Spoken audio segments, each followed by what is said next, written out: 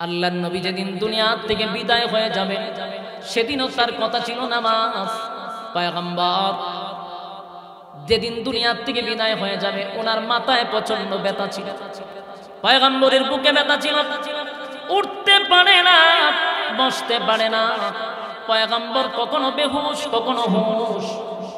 ঠিক এই অবস্থায় ফজরের নামাজের সময় হয়ে গেছে।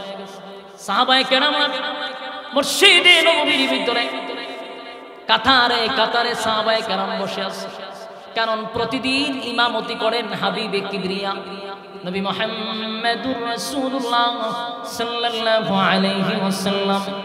উনি তো প্রতিদিন ইমামতি করেন। এই পয়গম্বরের ইমামতির পিছনে সাহাবায়ে কেরামরা নামাজ পড়ে, কিন্তু আফসোস আজকে ফজরের জামাতে দাঁড়াইলো কিন্তু নবী আসেন।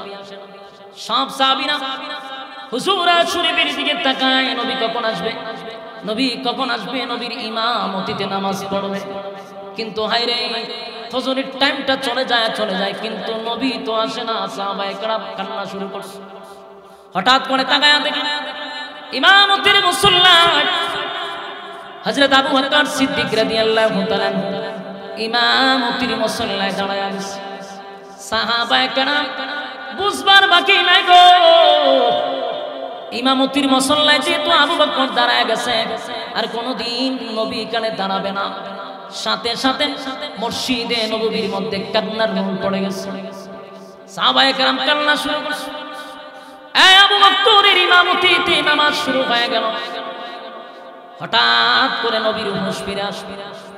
নবীর হুঁশ ফিরতেই ডাক দিয়া বলেন, আয়েশা আমার সাহাবীরা কি ফজরের নামাজ পড়ছে? আম্মা জান আয়েশা চোখ দিয়া পানি ছাড়ে আর বলে, নবী গো মসজিদে নববীর মধ্যে কান্নার রোল পড়ে গেছে। আপনি নবীর পিছনে ইমামতি, আপনি নবীর পিছনে নামাজ না পড়ার কারণে ব্যথায় ব্যথিত হইয়া সাহাবীরা কান্না শুরু করছে। এই রাত্রিতে যেমন শবে বরাত, শবে কদর একটা রাত্রি আছে, শবে বরাত একটা রাত্রি। এই রাতগুলো আসলে হাজার মাসের চেয়ে উত্তম। কেন বলা হয়? আপনারা দেখেন অন্যান্য নবীর যুগের যে সমস্ত উম্মতেরা ছিল তারা কিন্তু হায়াত পাইছে প্রায় 200 বছর 500 বছর, কিন্তু সবচেয়ে হায়াত কম হলো উম্মতি মুহাম্মদের 60 বছর 70 বছর। তাহলে আমাদের হায়াত একেবারে কম। তাহলে আল্লাহ রাসূল বলছিল, মালিক আমার উম্মতের হায়াত সবচেয়ে কম, কিন্তু অন্যান্য নবীরা তো হায়াত পাইছে প্রায় 500 বছর উম্মতেরা।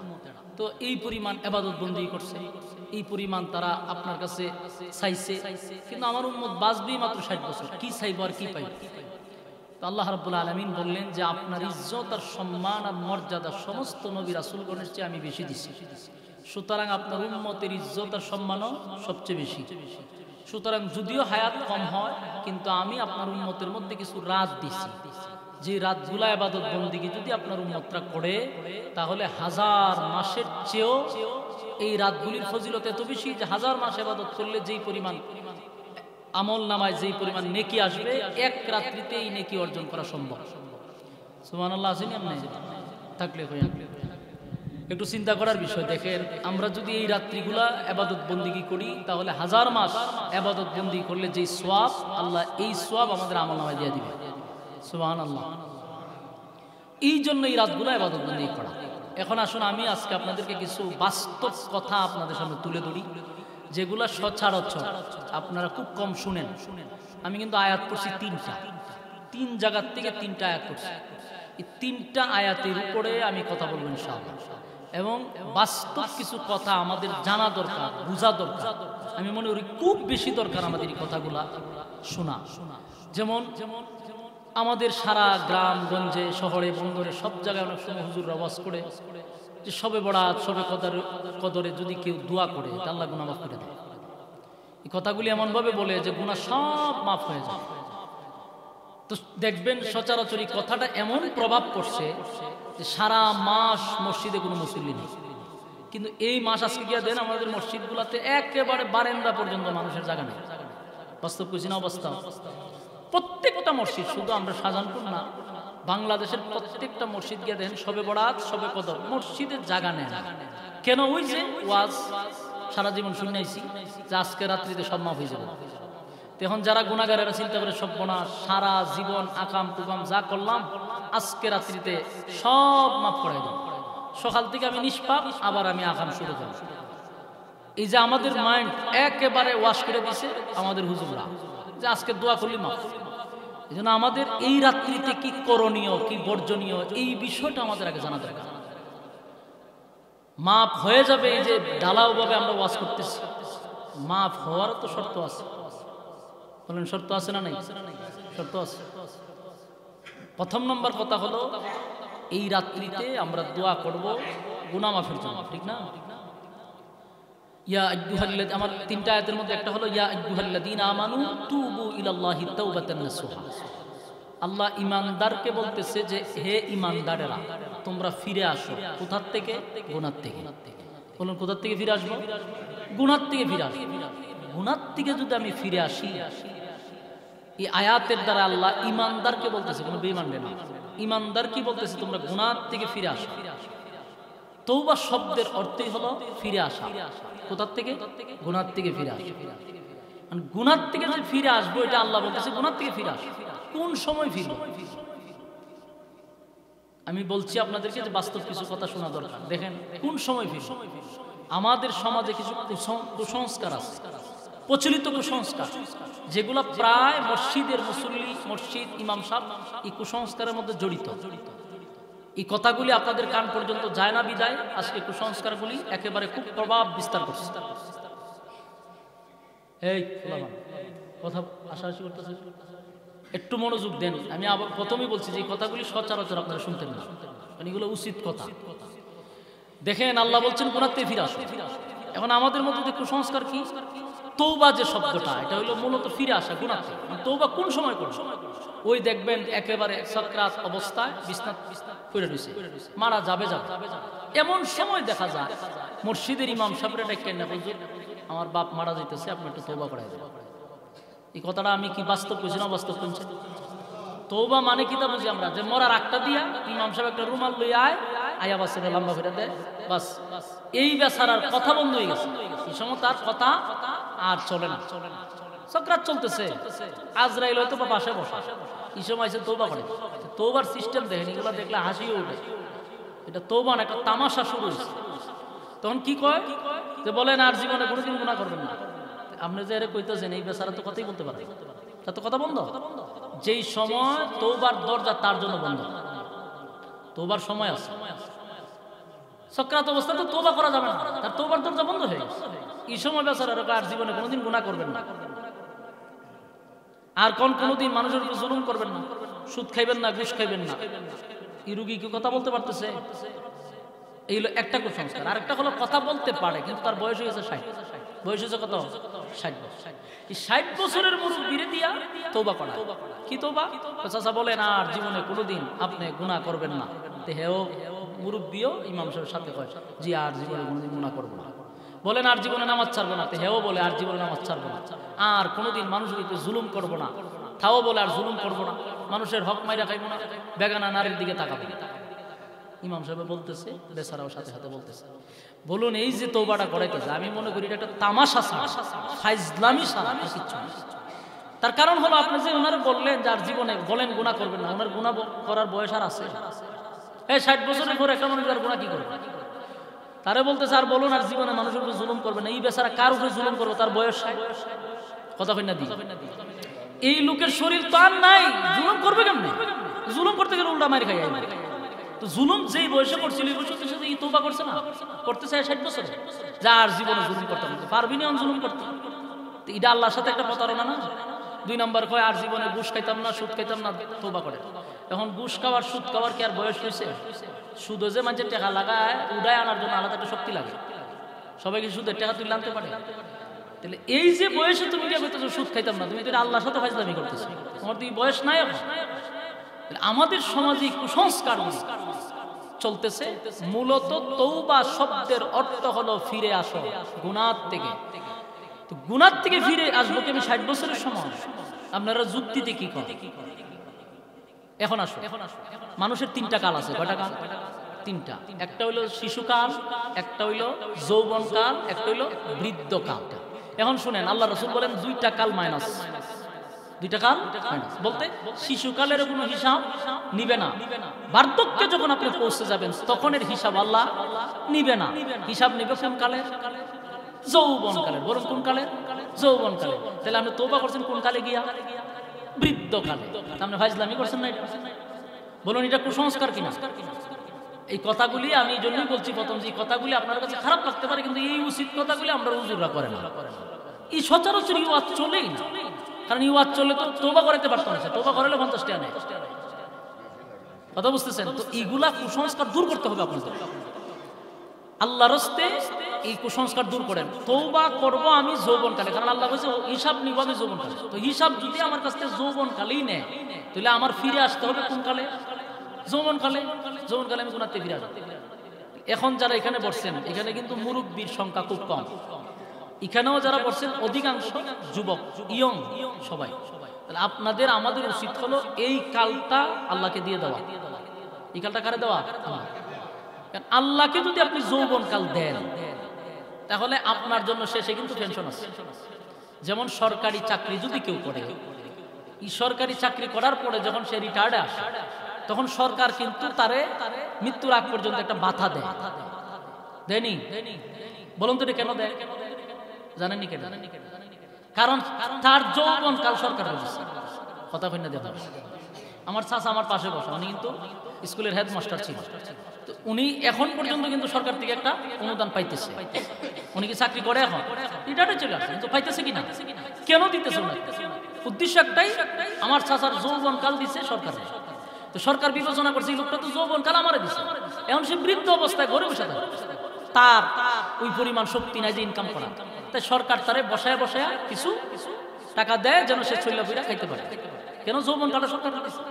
আল্লাহ বলেন, বান্দা যদি যৌবন কাল আমারে দেয়, সে যখন বার্ধক্যে পৌঁছে যাবে, তখন আমি আল্লাহ তাকে গড়ে বসায়া বসায়া নামাজ যদি সে নাও পড়তে পারে, নামাজের সওয়াব তার আমলনামায় ঠিকই লেখা হবে। কথাটা বুঝতেছেন আমার?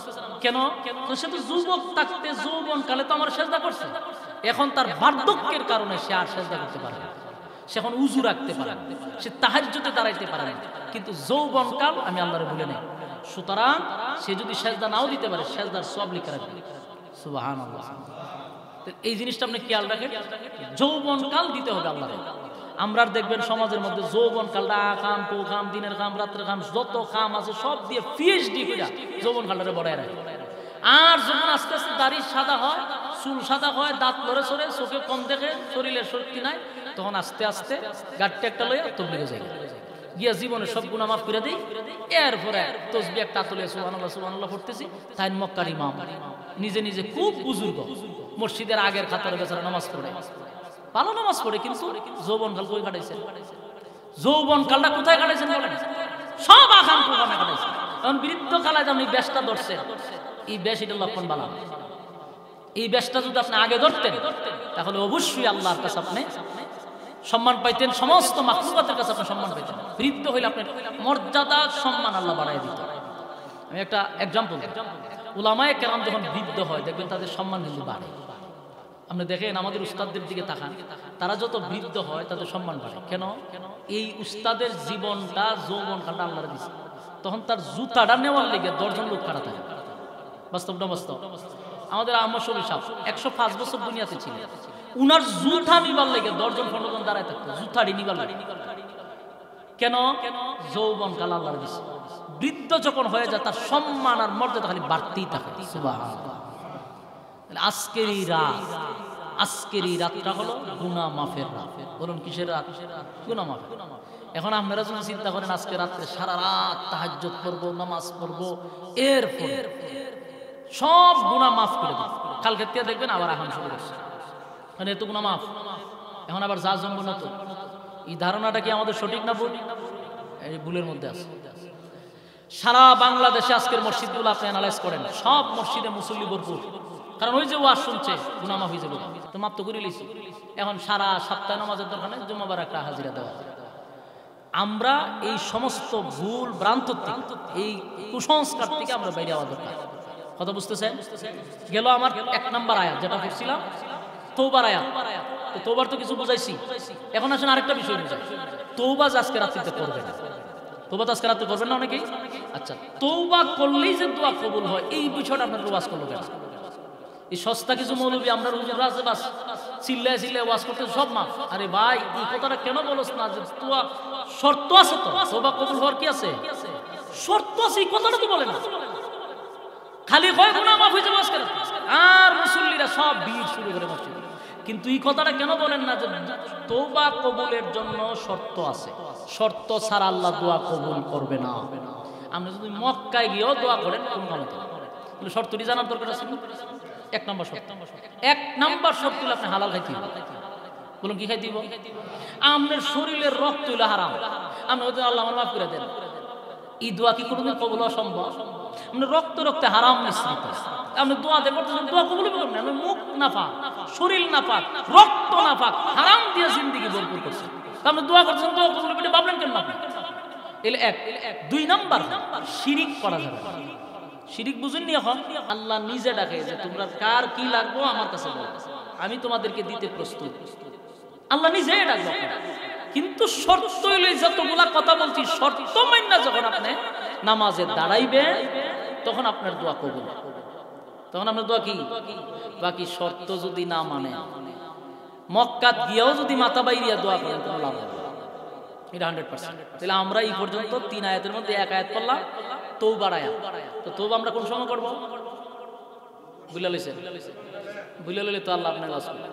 এক নম্বর হলো তওবা করবেন না যৌবনকাল, এর থাকবো তো সারা জীবন।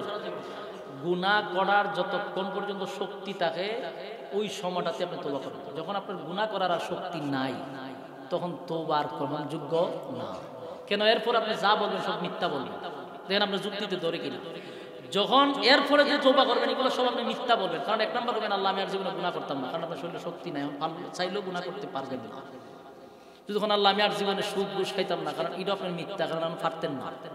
তাহলে যে সময় পারবেন তখন বলেন আল্লাহ আমার শক্তি আছে আমি আর করব না, এটা যুক্তি, এটা মাফ হওয়ার সম্ভাবনা আছে। বাস্তব না বাস্তব? তাহলে আমরা এক নম্বর হলো তওবার সংক্ষিপ্ত আলোচনা করলাম। এবার আসুন আমি যে আয়াতগুলি বলছি। এক নম্বর হলো ক্বালু লাম নাকু মিনাল মুসাল্লিন, এটা হলো আমার 2 নম্বর আয়াত।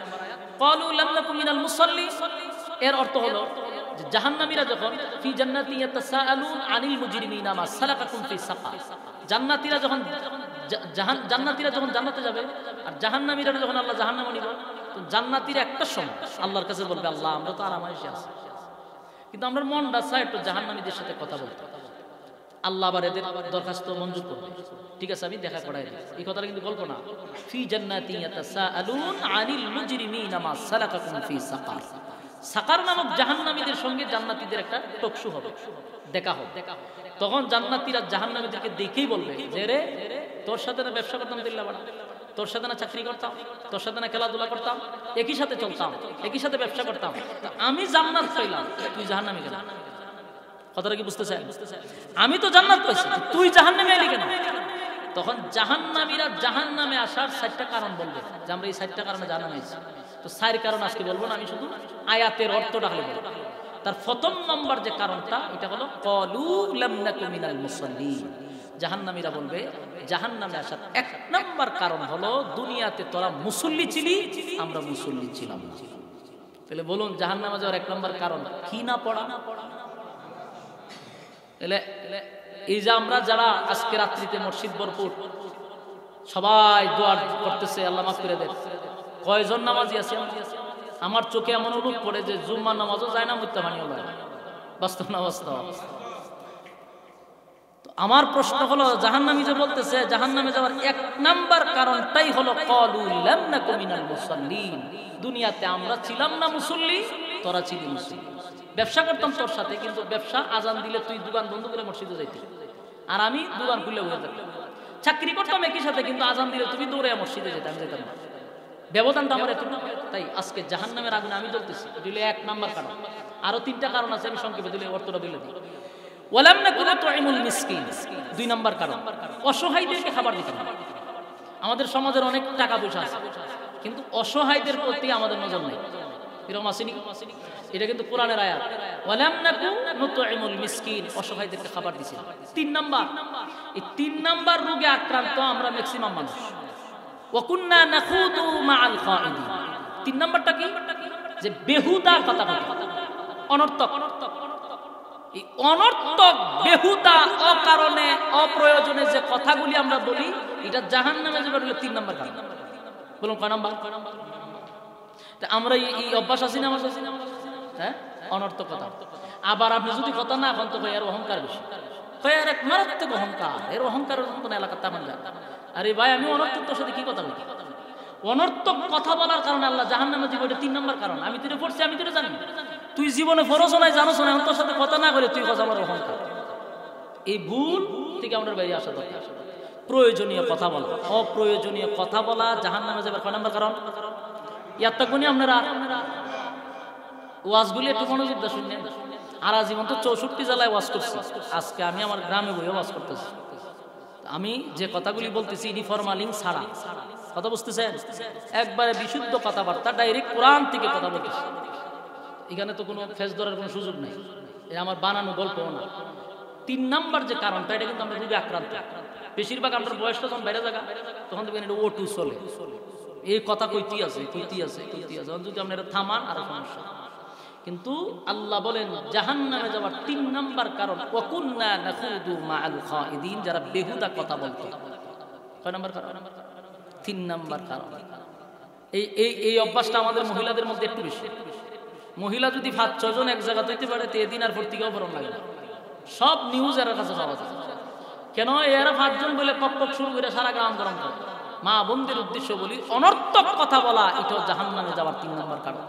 তাহলে এখন আসুন 4 নাম্বার, ওয়াকুন্না নুকাজ্জিবু বিয়াউমিদ্দিন। 4 নাম্বার, 4 নাম্বার হলো যারা পরকালের উপর বিশ্বাস করে না।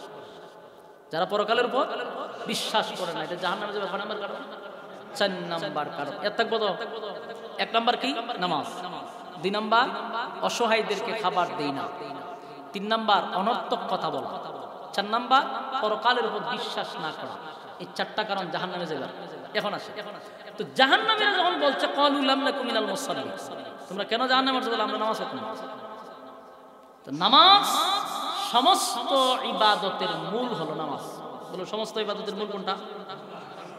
আল্লাহ কোরআনে বহু জায়গায় বলছেন নামাজের ব্যাপারে, এবং রাসূল বলেন আউয়ালু মা ইউহাসাবু বিহিল আবদু ইয়াউমাল কিয়ামাতিস সালাহ। কিয়ামতের কঠিন ময়দানে সর্বপ্রথম যদি হিসাব হয়, এটা নামাজের হবে। দেখার কথা রাসূলের। কিয়ামতের ময়দানে সর্বপ্রথম হিসাব যদি হয় নামাজের, এটা আউয়ালু মা ইউহাসাবু বিহিল আবদু ইয়াউমাল কিয়ামাতিস সালাহ। কিয়ামতের ময়দানে সর্বপ্রথম নামাজের হিসাবটা হবে। আর জাহান্নামীরা জাহান্নামে যাবে 1 নাম্বার কারণ হলো ক্বালু লাম নাকু মিনাল মুসাল্লিন। জাহান্নামে যাওয়ার 1 নাম্বার কারণ হলো নামাজ। এবার আসুন আমার 3 নাম্বার আয়াতে। 3 নাম্বার আয়াত আপনাদের সামনে পড়ছি, ইন্নাস সালাতা তানহা আনিল ফাহশাই ওয়াল মুনকার। কথাটা একটু মনোযোগ দিয়ে শুনুন। আল্লাহ বলেন ইন্নাস সালাতা তানহা আনিল ফাহশাই ওয়াল মুনকার। নামাজ সমস্ত ফাহেশা কাজ থেকে, মানে গুনাহ থেকে নামাজ আপনাকে বিরত রাখবে। কথাটা কি বুঝতেছেন? এই জায়গাটাকে খুব ভালো করে বোঝা দরকার। এই রোগে আক্রান্ত কিন্তু আমরা সবাই। সবচেয়ে বড় গুরুত্বপূর্ণ কথা হলো এই আয়াতের কথা, মনোযোগ দিয়ে শুনবেন। ইন্নাস সালাতা তানহা আনিল ফাহশাই ওয়াল মুনকার। নিশ্চয়ই নামাজ তোমাকে ফাহেশা কাজ থেকে, মানে গুনাহ থেকে, অপকর্ম থেকে নামাজ তোমার বিরত রাখবে। এটা কার কথা? আল্লাহর কথা। কিন্তু এখন আসুন, সচরাচর আমরা যা দেখি 2 চোখে, আমরা দেখি নামাজও বেচারা ফাসত্ব পড়তেছে, আবার সুদও খায়, নামাজও পড়ে ঘুষও খায়, নামাজও পড়ে মিথ্যা কথাও বলে, নামাজও পড়ে মানুষের উপর জুলুম করে, নামাজও পড়ে অন্যের জায়গা দখল করে, নামাজও পড়ে আগাম কোথাও করে। এরকম মানুষ আপনারা সব ধরা পড়ে। এখন আমার প্রশ্ন হলো, আল্লাহ না বলছে ইন্নাস সালাতা তানহা আনিল ফাহশাই ওয়াল মুনকার, নামাজ গুনাহ থেকে নামাজে তোমার বিরত রাখবে। কিন্তু আমরা দেখতেছি নামাজ পড়ার পরে এমন কোন গুনাহ নাই যে এই বেচারা করে না। নামাজ ছাড়া যে গুনাহ মানুষে করে, এই নামাজ পড়ে এই গুনাহই করে। তাহলে আল্লাহ বলল কি আর বাস্তবে দেখলাম? তাহলে কি এখন আল্লাহর কথা ভুল আছে? নাউজুবিল্লাহ, আল্লাহর কথা বিন্দু পরিমাণে কোনো ভুল নাই, আল্লাহটা সঠিক। কিন্তু আমরা যে দেখতেছি নামাজ পড়ার পরে সে গুনাহ করে, ঘটনাটা কি? ঘটনা হলো আল্লাহ বলছেন নামাজি ব্যক্তিকে গুনাহ থেকে বিরত রাখবে। কিন্তু আমরা দেখতেছি নামাজ উনি পড়তেছে, গুনাহ করতেছে। মূল কথা হলো উনি যে নামাজ পড়ে, এটা নামাজ হয় না। আমার কথা বুঝে ঠিক কইয়া, নামাজ যে উনি পড়তেছে এটা নামাজ হয় না। আমরা তো দেখতেছি নামাজ পড়তেছে, হয় না কেন? কারণ নামাজ যদি উনি সঠিকভাবে পড়তো, আল্লাহর ওয়াদা হলো আমি তারে গুনাহ থেকে বাঁচাবো। নামাজ তারে কি করবে? গুনাহ থেকে বাঁচাবে। তাহলে নামাজ পড়ার পরে সে গুনাহটা করলো কেন? বুঝা গেল এখানে কোনো গরমিল আছে। গরমিলটা হলো কি? তার নামাজ নামাজ না, তার নামাজ নামাজ হয় না। এখন হয় না কেন এটার ব্যাখ্যা শুনে। নামাজের ওয়াজিব, নামাজের ওয়াজিব আছে কতটা? 14টি নামাজের ওয়াজিব। এখন আমরা এখানে যারা নামাজ পড়ে 5 ওয়াক্ত, একজন মুসল্লির জিজ্ঞাসা যে চাচা নামাজের ওয়াজিব কয়টা? আচ্ছা যদি কোনো রকম বইলা লাগে 14টা, এখন কি কি আমার একটু বলেন তো দেখি। শেষ, আর বলতে পারবো। এখন এই যে ওয়াজিব কোন জায়গায় ছুটতেছে এত খবর নাই। যেমন আমার জীবনে বহু নামাজে আমি দেখছি রাকাতে রাকাতে ওয়াজিব তোরা করতেছে, রাকাতে রাকাতে তার ওয়াজিব ছুটতে যেতেছে, কিন্তু সে 5 ওয়াক্তের নামাজি 60 বছর ধরে নামাজ পড়ে। কিন্তু এই যে প্রতি রাকাতে রাকাতে বেচারা যে নামাজের ওয়াজিব ছাড়তেছে, আল্লাহ তার দাড়ি সাদা হয়ে গেছে, নামাজই 5 ওয়াক্ত নামাজ পড়তেছে, তার নামাজ দেওয়া হয় না, এটাকে বুঝাইতে হবে। এখন শুনেন এই গুণগুলো আপনাদের চোখে ধরবে। প্রথম আমরা আল্লাহ পাকের নিয়ত বানাই, এরপরে সূরা কেরাত করে কি করলাম? রুকুত গেলাম। রুকুত যাই না আমরা? রুকুত গেলাম। রুকুত তিখা সুজা হইয়া এইভাবে দাঁড়ানো, এক তাসবিহ পরিমাণ দাঁড়ানো ওয়াজিব। বলুন রুকুত থেকে সুজা হইয়া দাঁড়ানো কি ওয়াজিব? কমপক্ষে এক তাসবিহ উপরে 3 তাসবিহ পরিমাণ আমরা সুজা হইয়া দাঁড়াইতে, যেন এতটুকু বলা যায় রব্বানা লাকাল হামদ, হ্যাঁ হামদান কাসীরান তাইয়িবান, এটা এতটুকু বলা লাগবে না, শুধু রব্বানা লাকাল হামদ এতটুকু বলা যায়, এই পরিমাণ সুজা হইয়া আপনার দাঁড়াইতে হবে। কিন্তু আমার জীবনে বহু মুসল্লি দেখছি সুজা হইয়া দাঁড়াইলো তোমার কথা বেখার তাই কি জায়গা সাজা। আমার কথা কি বাস্তব না বাস্তব? এ চিন্তা করে আমি তো জামুই সাজদা তাকারতাম করে ভাই বাসে যাই। আপনারা যদি মসজিদে যান মাঝে মধ্যে খালি নামাজ পড়লেই হবে না, মাঝে মধ্যে মসজিদের পিছনে আমরা অনেক সময় হাঁটাহাঁটি করে মুসল্লি নামাজ দেখি, আর দেখে চিন্তা করি এই লোকটা যদি হয়েছে চাচা নামাজটা হয়েছে না, আমার মসজিদে দৌড়াই ওই ব্যাপারটা আমি 60 বছর ধরে নামাজ পড়াইতে আমার নামাজ শিখাইতেছে। কিন্তু আমরা দেখতেছি তার রাকাতে রাকাতে ওয়াজিব শেষ, এই লোকের তো নামাজ হইতেছে না। সুজা হইয়া দাঁড়ানো ওয়াজিব, কয়টা মুসল্লি সুজা হইয়া দাঁড়ায় দেখবেন কোমর বেখা হইছে পরে সেজদা দাঁড়ায়, ওই ওয়াজিব শেষ, আপনার নামাজও শেষ। নামাজ কি শেষ। এরপরে দেখেন সেজদাত যায়, সেজদাত থেকে আবার উঠটা সুজা হইয়া বসবে, বইসা এরপর আবার সেজদাত যাবে, কিন্তু বেখা হইয়া সেজদা নেই, ওয়াজিব শেষ, আপনার নামাজও শেষ। এখন আসুন নামাজ ভঙ্গের কারণ হলো 19টা। বলুন নামাজ ভঙ্গের কারণ কয়টা? এখন যারা নামাজ ফেরারা যদি আমি জিজ্ঞাসা চাচা বলছেন নামাজ কয় কারণে ভাঙে, আল্লাহ মাফ করুক, কয়জন উত্তর দিতে পারবো? আমার জানা মতো যদি 50 জন মুসল্লি থাকে একজনে দিতে পারবো কিনা সন্দেহ আছে। নামাজ যে ভাঙে 19টা কারণ, এই কারণগুলো বলেন হ্যাঁ করে সাহেব বসে করবে, অথচ নামাজ পড়ে কত বছর ধরে? 60 বছর। এখন সর্বপ্রথম শুনেন নামাজ ভঙ্গের কারণ কি? সর্বপ্রথম হলো নামাজে অশুদ্ধ পড়া। মানে আমরা যে মুসল্লি এগুলো আছে অশুদ্ধ আছে, খালি যে নিজের সুন্নি দাবি করে একেবারে আশেকে রাসূল করে একজন কি হয়ে গেছি গা। আরে ভাই তোর তো নামাজই হয় না, তোর তো নামাজ হয় না, তুই তো বিসমিল্লাহটাই শুদ্ধ করে পড়তে পারলি না, তোর তো প্রথমে নামাজ শেষ, তুই এর সামনে বাড়ি কোন সময় আশেকে রাসূলের বিফোরে আগে নামাজ ঠিক কর, তোর তো প্রথমে নামাজ শেষ। তো ইন্নাস সালাতা তানহা আনিল ফাহশাই ওয়াল মুনকার, এই আয়াত আল্লাহ বলছেন, এই আয়াতের ব্যাখ্যাটা দেখেন কত সুন্দর করে আল্লাহ বলেছে যে আমি নামাজি ব্যক্তিকে গুনাহ থেকে বাঁচাবো। তাহলে আপনার তো প্রথম নামাজই হয় না, নামাজে অশুদ্ধ পড়া নামাজ ভঙ্গের 1 নাম্বার কারণ। আমরা সমাজ অনেকে দেখবেন আলহামদুলিল্লাহ সূরাটা পড়তে গেলে পরে আলহামদুলিল্লাহ, প্রায় লোকের যদি আমি ইন্টারভিউ নিয়ে বলবো আলহামদুলিল্লাহ, এই যে আলহামদুলিল্লাহ বলে নামাজ শেষ, জাকাত শেষ নামাজ।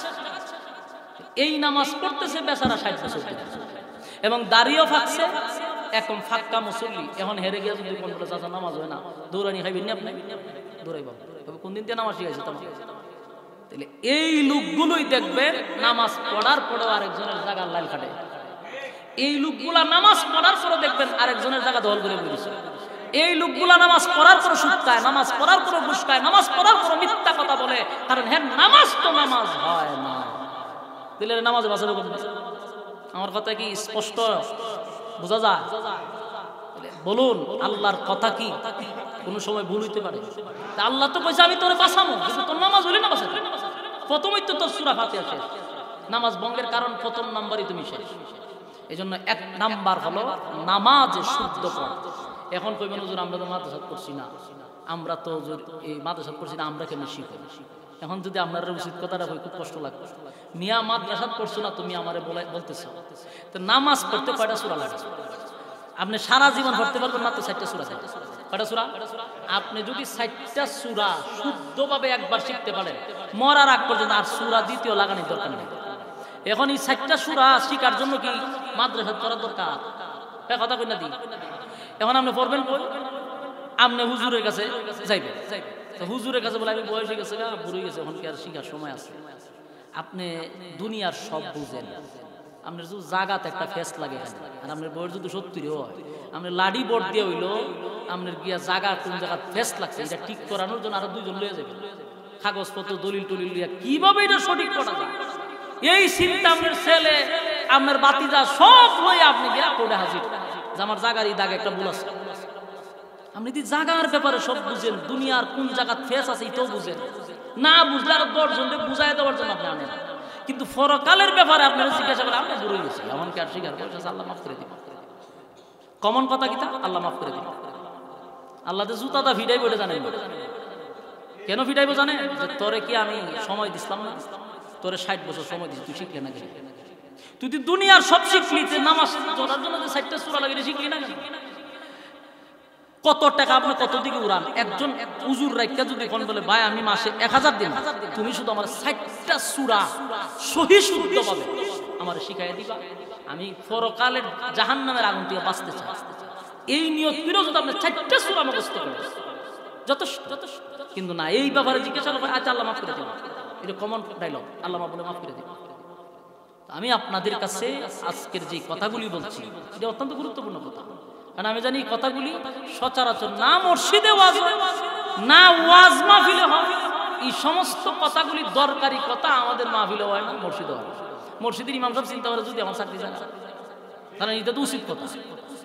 এখন যেই বেচারা সভাপতি, অনেক মসজিদের সভাপতি তাদের সুদ করে বই থাকে, এখন এর সামনে সুদের ওয়াজটা কেমনে করবো? ইমাম সাহেব থাকবো নি তার ইমামতি, ঘুষ করে এত সেক্রেটারি, এখন যদি ওয়াজ করে সেক্রেটারি বিরুদ্ধে ইমামতি না থাকার সম্ভাবনা আছে। এই জন্য আপনার উচিত আগে 4টা সূরা শিখেন, আগে 4টা সূরা শিখেন একদম সহি শুদ্ধভাবে। আমাদের এই যে মাদ্রাসা এখানে চালু করছে, দেখেন এখানে একটা বাচ্চার বয়স 7 বছর 8 বছর।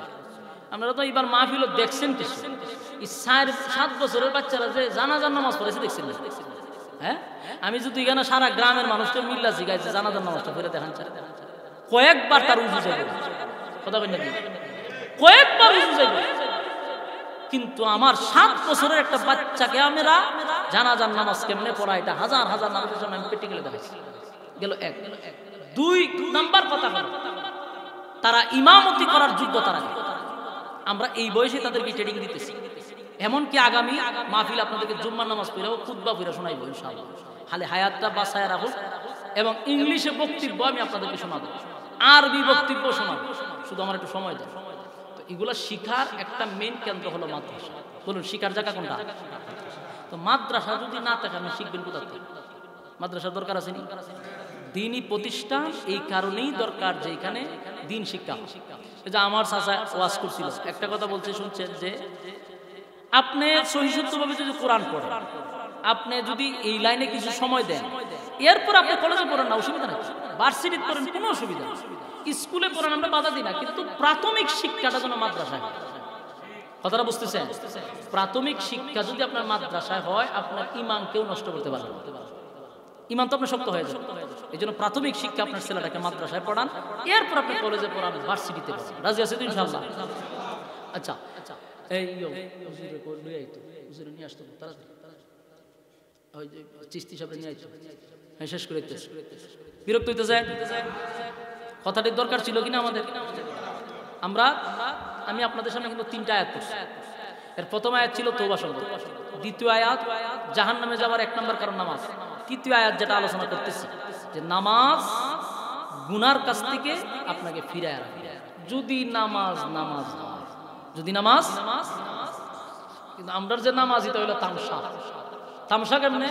আমি আরো অনেক কোয়ালিটির মুসল্লি দেখছি, নামাজও দাঁড়াইছে আল্লাহু আকবার কইয়া, এরপরে হে দেখবেন মসজিদে টাইলস দেয়, এই কেন হাত বেঁধে টাইলস কেমনে লাগাইছে এটি দেখে, খারিয়া, আবার পিছনে কেউ লিডো দেখে, আবার ফ্যান কয়টা লাগাইছে নামাজও খারিয়ে দেখতেছে, উনি নামাজও মনোযোগ আছে, তিনটা আল্লাহর সাথে তামসা করতেছে। আমি যখন নামাজে দাঁড়াবো আমার মনের মধ্যে থাকতে হবে যে আমারে আল্লাহ দেখতেছে। বলুন আমারে কি দেখতেছে? আমি আল্লাহকে দেখতেছি, ঈমান তো আমার হইছে না। সুতরাং এটা ভাববো যে আমারে আমার মালিক দেখতেছে, তো আল্লাহ আমারে দেখতেছে, আমি ফ্যান দেখতেছি। হ্যাঁ, মসজিদের টাইলস দেখি আর পিছনে কে আয় এটা আমি দেখি, এটা কি নামাজ না তামসা? তামসার নামাজ যখন আপনি পড়বেন আমাদের গুনাতে ফিরে বেগা, তো নামাজ হয় না। আল্লাহ শর্ত দিয়েছেন নামাজি ব্যক্তিকে গুনার থেকে ফিরাবে। আপনি যে নামাজ পড়তেছিলেন তো নামাজ না, এটা তো তামসা। আর এই তামসা করলে আপনার গুনার থেকে ফিরে বেগা।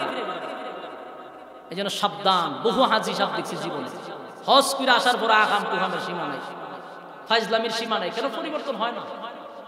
কারণ যা করতেছে সব তামাশা, প্রকৃতপক্ষে নামাজ হয় না। এই জন্য আল্লাহর রাসূলের জীবনীর থেকে আম্মা জান আয়েশা বলেন, আমি একদিন ঘুম থেকে জাগ্রত হইয়া দেখি আমার পায়ের মধ্যে বিজা লাগছে।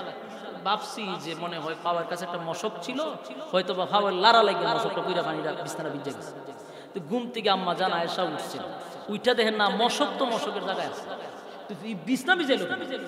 হঠাৎ করে দেখে আল্লাহর রাসূল সাল্লাল্লাহু আলাইহি সাল্লাম সিজদা করে এমন কান্না শুরু করছে, রাসূলের চোখের পানি বিছনা ভিজে গেছে। আপনারা আমার জবাব দেন, রাসূলের কি কোনো গুনাহ ছিল? কথা কয় না।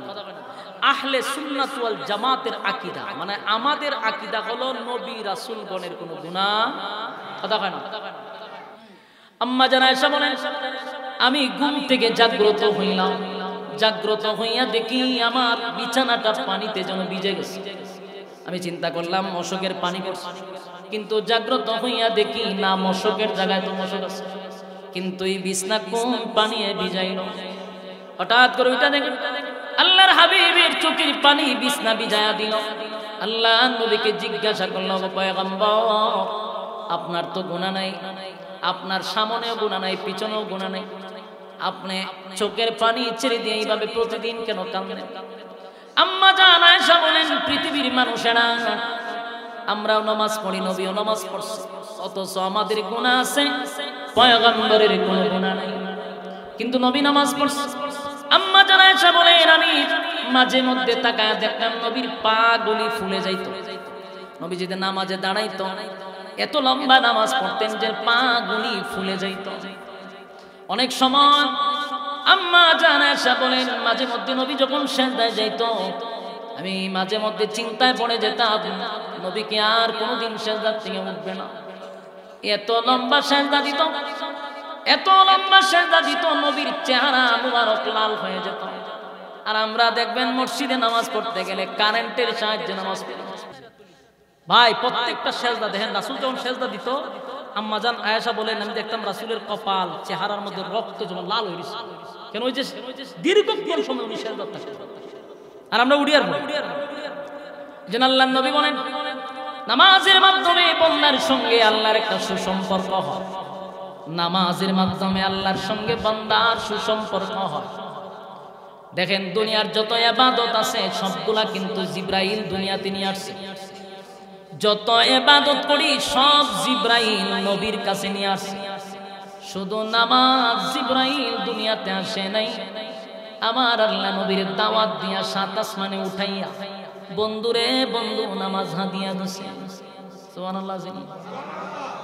এই জিবরাইল কিন্তু সব ইবাদত নবীর কাছে দুনিয়াতে আইসা দিয়া গেছে, কিন্তু একটা মাত্র নামাজ দুনিয়াতে জিবরাইল আসে নাই, আমার আল্লাহ নবীরে উঠাইয়া তারপরে নামাজ হাদিয়া দিছে।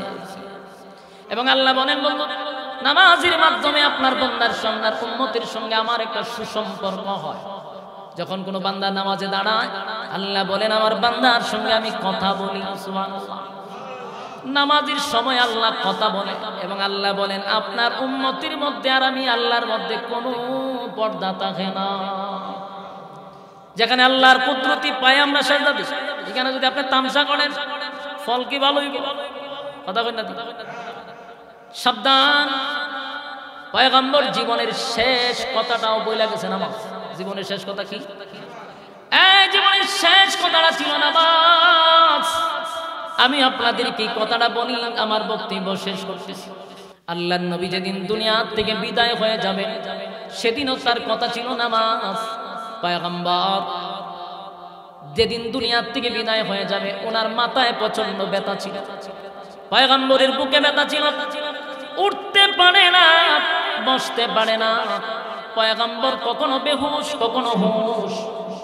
ঠিক এই অবস্থায় ফজরের নামাজের সময় হয়ে গেছে। সাহাবায়ে কেরাম মসজিদে নববীর ভিতরে কাতারে কাতারে সাহাবায়ে কেরাম বসে আছে, কারণ প্রতিদিন ইমামতি করেন হাবিবে কিবরিয়া নবী মুহাম্মদুর রাসূলুল্লাহ সাল্লাল্লাহু আলাইহি ওয়াসাল্লাম।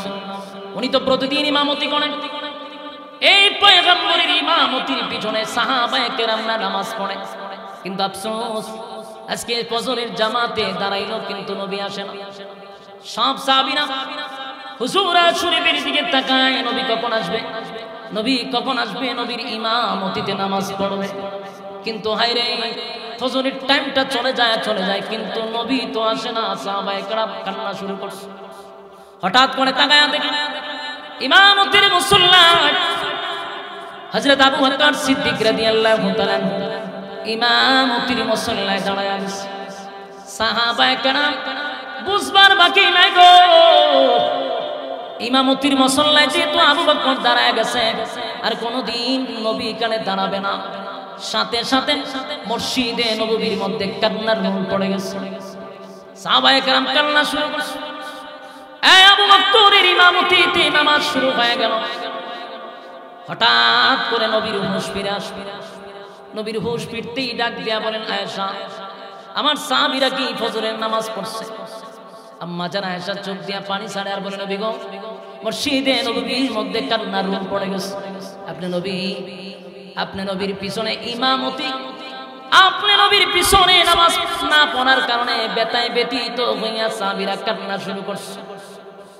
এই এক মিনিট শেষ, হুজুরে বসুক, শেষ করছে কথাগুলো একটু মনোযোগ দেন। আল্লাহর নবী তখন মসজিদে নববীর দিকে আম্মা জান আয়েশাকে বললেন যে একটু তুমি আমারে মসজিদে নববীর দিকে একটু দাঁড়ায়া দাও, আমি মসজিদে নববীর দৃশ্যটা একটু দেখতে চাই। আম্মা জান আয়েশা